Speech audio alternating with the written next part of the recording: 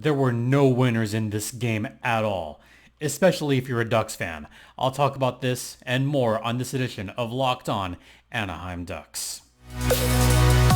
You're Locked On Ducks, your daily podcast on the Anaheim Ducks, part of the Locked On Podcast Network, your team every day.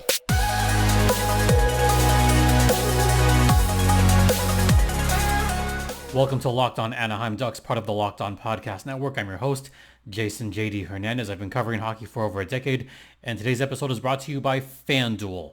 Make every moment more. Right now, new customers get $150 in bonus bets with any winning $5 bet. That's $150 if your bet wins. Visit FanDuel.com/LockedOn to get started.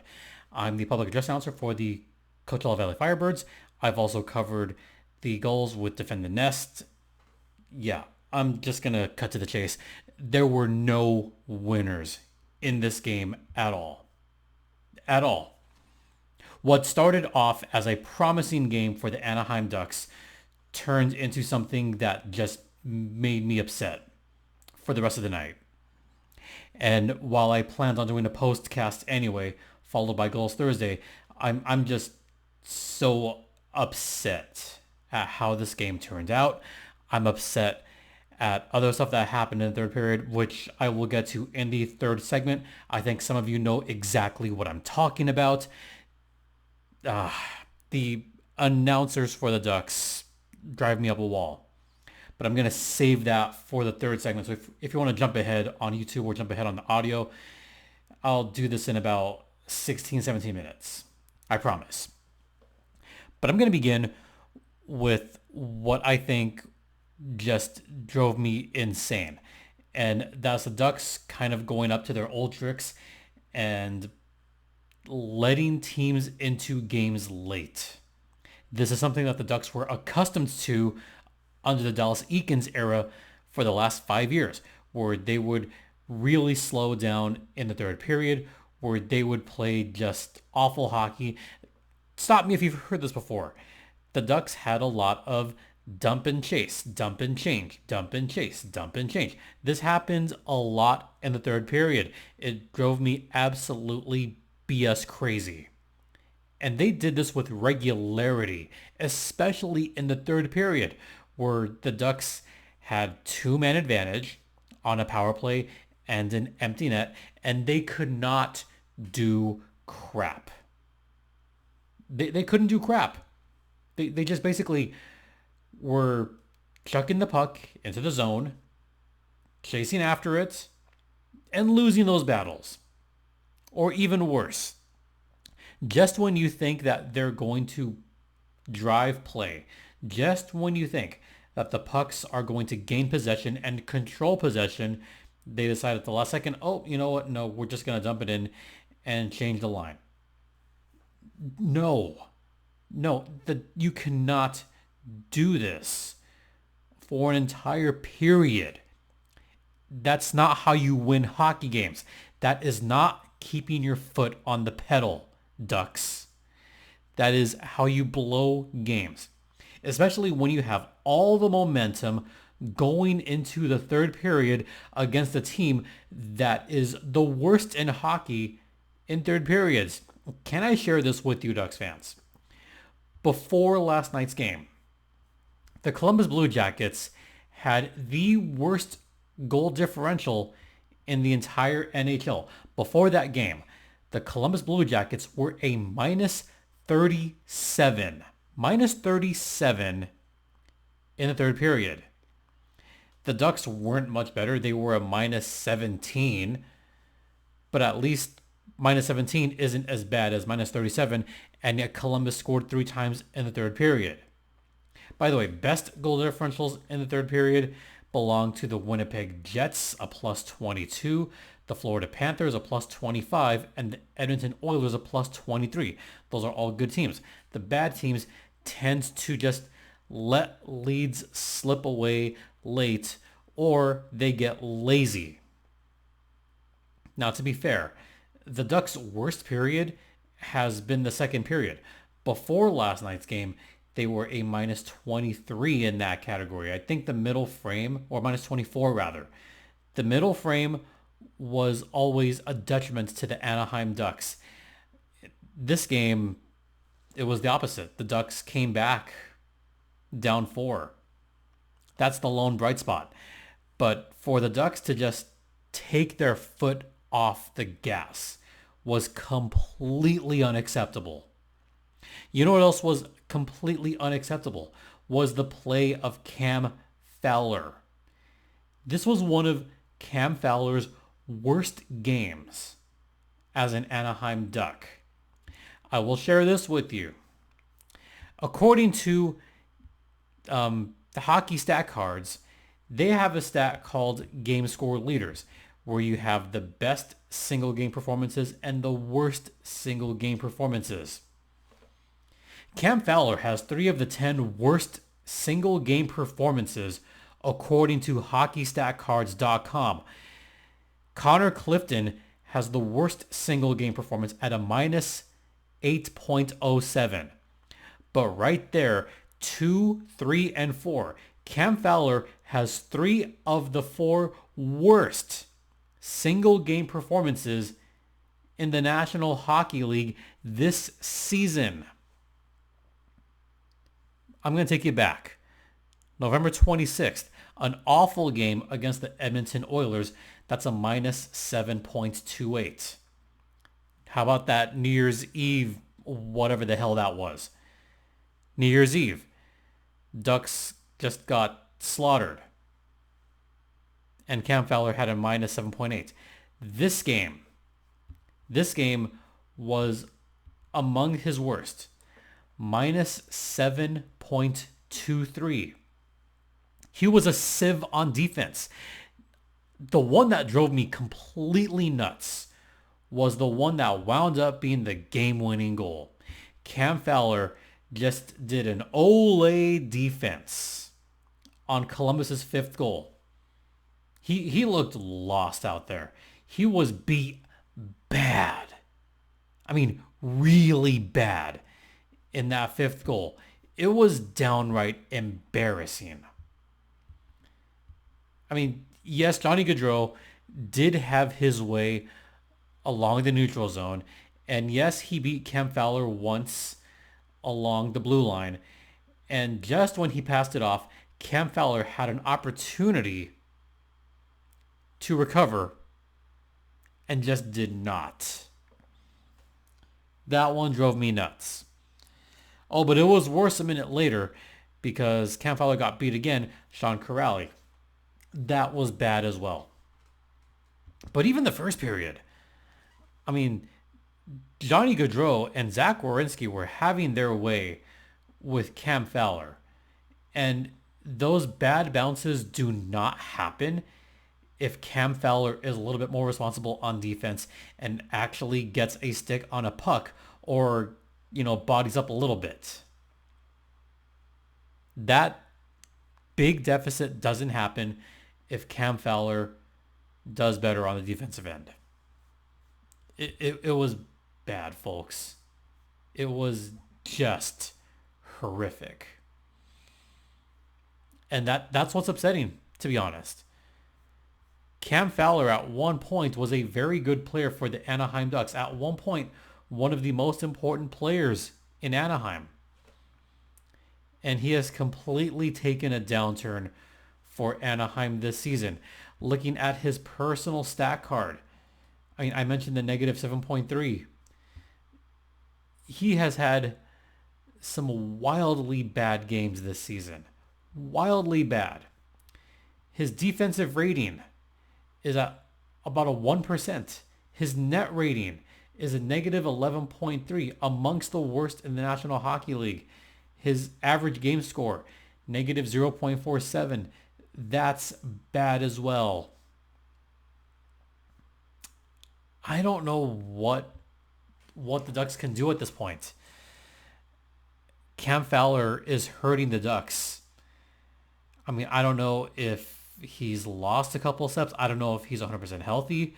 I would assume, because he's played pretty much every game, I would assume that he's at least 100% healthy. And if that's the case, then the Ducks have a big problem. They do. What are the Ducks going to do about Cam Fowler? I mean, the goals against is amongst the worst in the National Hockey League. I just don't know. Ducks fans, what do you think the Ducks should do? I'm out of options at this point. I'm out. All right, we're going to head to the first intermission. We're going to talk in depth about this one. It was a crazy game, to be fair. It was a wild game. We'll get to that on the other side. Now a brief word from Indeed. And if you need to hire, you need Indeed, because Indeed is your matching and hiring platform with over 350 million global monthly visitors. And according to Indeed data and a matching engine, they will help you find quality candidates fast with their instant match. Okay, listeners of this show will get $75 sponsored job credits to get your jobs more visibility at Indeed.com/lockedon. Just go to Indeed.com/lockedon right now and support our show by saying you heard about it on this podcast. Indeed.com/lockedon. Terms and conditions apply. Need to hire? You need Indeed. We're also brought to you by FanDuel, America's #1 sportsbook. And right now, new customers get $150 in bonus bets with any winning $5 bet. That's $150 if your bet wins. And bet on all your favorite players and teams with quick bets, live same-game parlays, exclusive props, and so much more. Just visit FanDuel.com/lockedon and get that big win today. FanDuel is the official sports betting partner of the Locked On Podcast Network. And please, folks, gamble responsibly and don't bet on the Ducks in the second or third period right now. Let's talk about this game. Let's go over just the craziness of what exactly happened. The Ducks got off to a terrible start. Just terrible. This was a game of momentum. And there was some strange momentum in this game. We started off by seeing the return of what I think is the best line for the Ducks right now. The Terry McTavish connection is back. Thank God for that. Otherwise, it would have been 7-0. But as it was, we still had a little bit of hope. He had, Daisy in the building. Yeah, that was kind of cool to see. But man, what a freaking unlucky goal. There was a bad bounce off of Gibby's mask for that first goal. And it just whacked Gibby's mask. The mask came off. Columbus scored. And you're like, oh, it's going to be one of those games. And then right after that, Johnny Gaudreau just undressed the defense. Oh, by the way, you know who was out there during that? Yeah, I'm not going to finish that. You know who was out there during that goal. You know what I'm going to say. You know exactly what I'm going to say. Because you know who was out there for that goals against. And it was a bad one. Johnny Gaudreau just completely undressed the defense, undressed John Gibson. Gibby just looked like, well, crap. Not a good look. So already the Ducks are down 2-0, but hey, this is for the tank, right? Right. Then after that, it becomes 3-0. 3-0. It was bad. It was bad. Then they let in another goal. Another goal to make it 4-0. So at that point, I'm kind of ready to turn the TV off. I'm thinking, well, it can't get much better than this. They're already down 4-0. This game sucks. The Ducks are on their way to getting blown out 5-0, 6-0, 7-0. After Sean Corrali's fourth goal, I thought it was over. And then something happened where at first I was like, why the crap are we doing this? But you know what? I was wrong on this. 3 seconds after it became 4-0, Ross Johnston decided, okay, you know what? I'm going to take matters into my own hands, and I'm going to fight Matthew Olivier. And that was a long long fight. That fight lasted a whole minute. I mean, I think there was maybe one punch landed each way, but there was just a lot of missed punches altogether. But you know what? That got the crowd going. The crowd began to cheer. The players were banging their sticks. They're like, oh, damn, okay. Okay, maybe this is the catalyst. Maybe this is the way the Ducks begin to come back. And you know what happened? The Ducks began coming back after that long fight. Troy Terry, who's extremely good at hockey, he took the puck all the way from the defensive zone, got through a couple guys, and had a really good, and it was a really good wrist shot. I don't know if the puck was covered, but that was Troy Vetchkin all the way, going coast to coast practically, making it 4-1.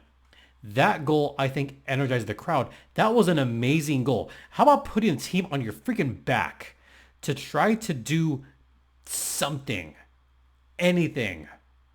That, folks, is the mark of a future captain. I mentioned this on the previous podcast, and I'm going to mention it again. Plays like that are what endear yourself to the fan base. Plays like that, the coaches notice, all right? He should be a captain for the Ducks in the future. Oh, but they were not done yet, because a few minutes later, Mason McTavish on a perfect feed from Troy Terry, and before that, Pavel Mintyukov, making it 4-2. And then just 2 minutes later, McTavish does it again, making it 4-3. And then with a few seconds left in the second period, Alex Killorn, an unexpected goal. And all of a sudden, it's 4-4. I mean, the coast to coast was great from Troy Terry. The tip pass was brilliant. I mean, after that, Tarasov was down on the ice to make it 4-2. So you know what? In comes the backup goaltender for Columbus, at least the backup for that night. Merzlikins did not have a good night at all. Elvis Merzlikins saw 2 shots and let them both in. He had a save percentage on this game of 0. 0 save percentage. I'm glad the Ducks took advantage of this. But the setups for that was amazing. I mean, it was a perfect diagonal pass from Troy Terry on a 2-on-2 break. McTavish went 5-hole. That was great. And then a shorty from Alex Killorn. The hell? All right, so it's tied 4-4. Mintyukov and Leo Carlson looked fantastic. And by the way, Mintyukov had 3 consecutive assists in about 3 minutes. He looks good. He looked scary good. And then the wheels fell off. After that, there was a big hit in the center line. Radko Gudas lined up Danforth, and then everything happened after that. And that's where I go back to a previous podcast, the undisciplined action of the Anaheim Ducks. Yeah, was it a hit that could have been penalized? No, not at all. But did Gudas need to make that hit? Also no. They did not need to lose their cool. And they lost Gudas and Frank Vatrano. Vatrano left the ice because he took exception. So you lose Gudas, but more importantly, you lose Frank Vatrano, and the offense is gone after that because Columbus rattled off 2 consecutive goals while they're in the box, and that was it. Columbus got a short-handed empty netter. 7-4 was your final score. This loss could have been avoided. This was stupid, okay? This was dumb. How are you going to come back from 4-0, have all the momentum going into the third period, and then you have I don't want to say an undisciplined play. I don't want to say it was a dumb play, but it was an unnecessary play. And it was also unnecessary to get Frank Vatrano in the box. That was not smart. Vatrano should have had a cooler head than that. And Frank's got to realize he's one of the best players on the ice for the Anaheim Ducks. You don't go and, I mean, yes, I get you're trying to back up your teammates, but don't get yourself in the box in an important spot in the game in the third period. Columbus was hoping for that result. That's exactly what Columbus wanted to happen. They wanted to get Frank Vatrano in the box. Mission accomplished. And that's part of the catalyst right there. They fell right into Columbus's hands. It was dumb. It was undisciplined.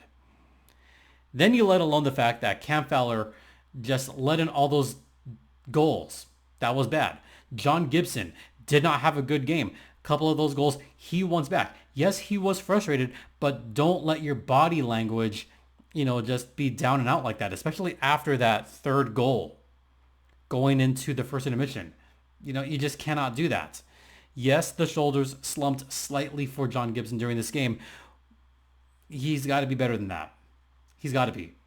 But the defense did not help him.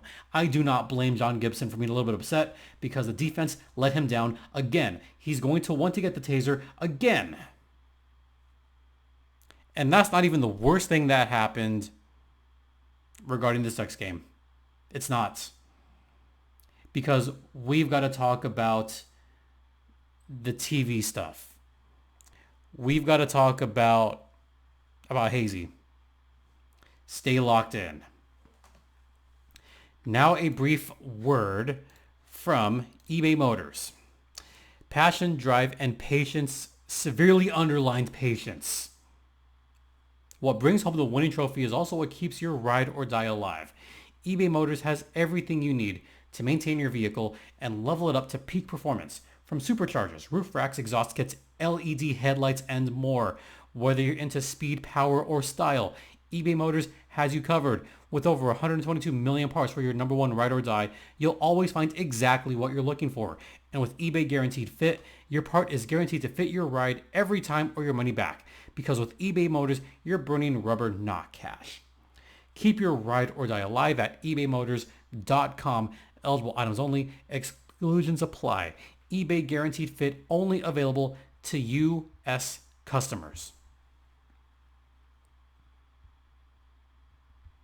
Welcome back to Locked On Anaheim Ducks, part of the Locked On Podcast Network. Once again, you're locked in with Jason J.D. Hernandez. All right, let's talk about it. Let's talk about Brian Hayward, who is the color commentator for the Anaheim Ducks. Before we get into that, I'm going to quote an article from The Athletic. This article was out earlier this year, and this talks about the best and worst announcing team in the National Hockey League. You all know where I'm going with this. Some of you may have seen this before. This was an article from The Athletic after last season, ranking all the local broadcasts from 32 to 1. Dead last was the Chicago Blackhawks, but that's partially because of all the stuff going on in Chicago, but also because they lost. I mean, they had some big shoes to fill. They had Chris Vosters, who was, first time play-by-play. Eddie Olczyk left. Pat Foley retired. That was a great combination. Once upon a time, the Chicago Blackhawks were one of the best. They were one of the best broadcasts in the National Hockey League. Pat Foley, solid. Eddie Olczyk, solid. But you know who hasn't been solid in a long time? The tandem of John Allers and Brian Hayward. John Allers at times can be a little bit grating, but Brian Hayward, oh man, this was about as bad as it got, folks. And I'm going to rewind to about 11, 12 years ago where Brian Hayward made a complete fool of himself. Looking back now, made a fool of himself with the whole, Ducks Kings, him saying that the Kings were not going to win any cups anytime soon. The Ducks were ready to lift some more cups. I mean, looking back, I could see where he's coming from, but hindsight being what it is, I mean, that's a bad, bad look. And really, ever since 2017, 2018, it's just gotten worse and worse and worse to the point where I try to make it a point to listen to the Ducks stream for every podcast or for every broadcast. Because those three, I mean, Steve Carroll is freaking amazing at his job. Steve Carroll is one of the best play-by-play radio guys in the National Hockey League. And the addition of Emerson Edom, you know what? As much as I miss Dan Wood, Emerson Edom, I thought, has done a terrific job as the color commentator for the Anaheim Ducks on Duckstream. He has done marvelously. Add in Alexis Downey, and you've got a trio that I think would be better on the TV side. No offense to any of the team on the TV side right now. Ali Lozoff does fine. But I love the trio of Carroll, Edom, and Downey. Bring them on the TV side. But this is more about Brian Hayward. He actually said something tonight that I kind of got a little bit, like, as soon as I heard it, this was how I looked. Like, I was on the computer watching AHL games, so I was going back and forth between AHL hockey and NHL. And then I heard something that I kind of went, what the hell? He started talking about Mike Babcock. I'm like, what? So I had to rewind it. And I went, oh, no, he didn't. Yes, he did. He actually had some great words to say about Mike Babcock. I kid you not. I don't even know what to think at this point. I mean, Mike Babcock, not a good coach, and there's reason for that. I mean, I can't believe that Hazy even said, quote, I'll say this, Mike Babcock was a damn good coach. Really? Okay. He's bringing that up in a game against the Columbus Blue Jackets where Mike Babcock was fired before he even coached a game in the National Hockey League. Are you freaking kidding me? You're really going to do this? You're just going to ignore all the other stuff that Mike Babcock has done in the past. I mean, yes, he's heaping great words on Mike Babcock, saying he was such a great coach. Okay, maybe once upon a time he was good with the Mighty Ducks back in 2003. Okay, but this is revisionist history. Like, this is way back in 2003, 21 years ago. But you want to talk about him being a damn good coach after everything that he's done over the last few years? In fact, you know what? Let's go back in time. Do we have to go back in time? Yes, we do. We are going to do this, okay? We're absolutely going to do this. Mike Babcock bullied some players in the past. There were allegations of bullying when he was a coach with the Toronto Maple Leafs. He signed that massive, massive contract, and he was unceremoniously let go. He was fired from Toronto. Do you remember this? Do you remember why he was fired from Toronto? Because he had some old school tactics. Yeah. He allegedly bullied players. He allegedly got under a lot of people's skin. He allegedly just continued to have bad look after bad look after bad look. And that was a long contract too. Mike Babcock was supposed to be the coach that helped save the Toronto Maple Leafs. You know what we got instead? We got playoff failure after playoff failure after playoff failure after playoff. You see where I'm going with this, right? After playoff. Okay, I'm going to stop because you know where I'm going with this. When the Maple Leafs lost in the first round, year after year after year, Mike Babcock was at the helm. He was at the helm. And it wasn't in good faith him getting fired either. And then we fast forward to, oh God, I can't even believe that Jarmo Kekalainen even thought that he was the guy, that Mike Babcock was the guy in Columbus. I mean, I thought it was a bad move even back then. Back during the summer, I'm like, are you joking me? He's the guy for the job? Really? I couldn't believe it. And this is back in 2009 when Johan Franzen called Mike Babcock the quote-unquote worst person he's ever met. And also, apparently Babcock berated him to the point of a nervous breakdown. Ridiculous. There's other allegations. There's other stuff that happened. I mean, not even allegations. There's other stuff that Mike Babcock did that I won't even get to because I don't have the time for this or the energy, and I don't want to yell too much because I have a dog in the other room. I don't want to scare her, but it was just ridiculous. And then we fast forward to this summer. Yeah.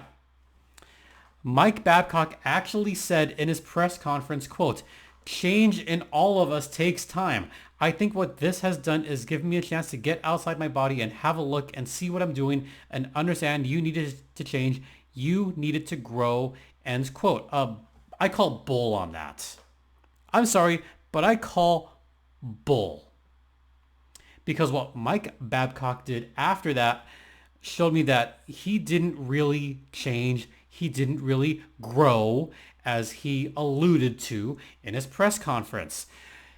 He would snoop around on players' phones. He would actually take their phones for a, quote, uncomfortable amount of time. Sorry, uncomfortable length of time. We don't know which player it was, but it was an anonymous player that said that Babcock held his phone for a super long time, pried into players' phones, looked at all of their photos like he pried into phones.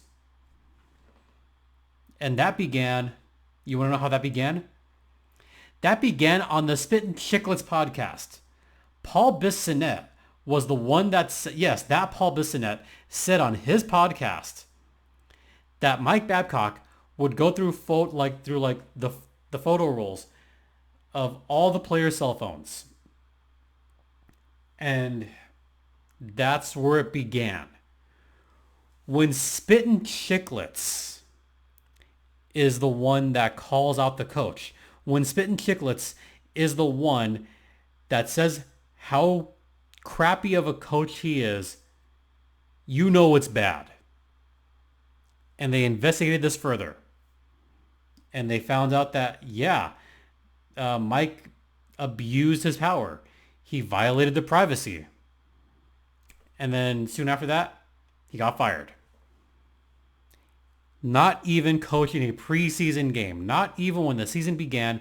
A 2-year contract, and he got fired. Rightfully so. And Hazy has the gall to call him a great coach even after the bullying, even after the prying, even after that BS statement, even after all that, you still call him a quote-unquote damn good coach? No, I'm sorry. He is not a damn good coach. And I'm sorry to say this, Hazy, but you just lost a little bit more respect by saying that on the broadcast. Yeah, just lost respect. I don't know what more to say. I can't even finish properly. I'm done with this. I can't believe that he is still out there commentating and saying this. So you know what? I'm just going to wrap it up. Thanks for listening. Thanks for watching. We'll see you next podcast. For Locked On Anaheim Ducks, I'm Jason J.D. Hernandez saying please be safe out there. Please be kind to one another. Especially be kind to one another. And Ducks fly together.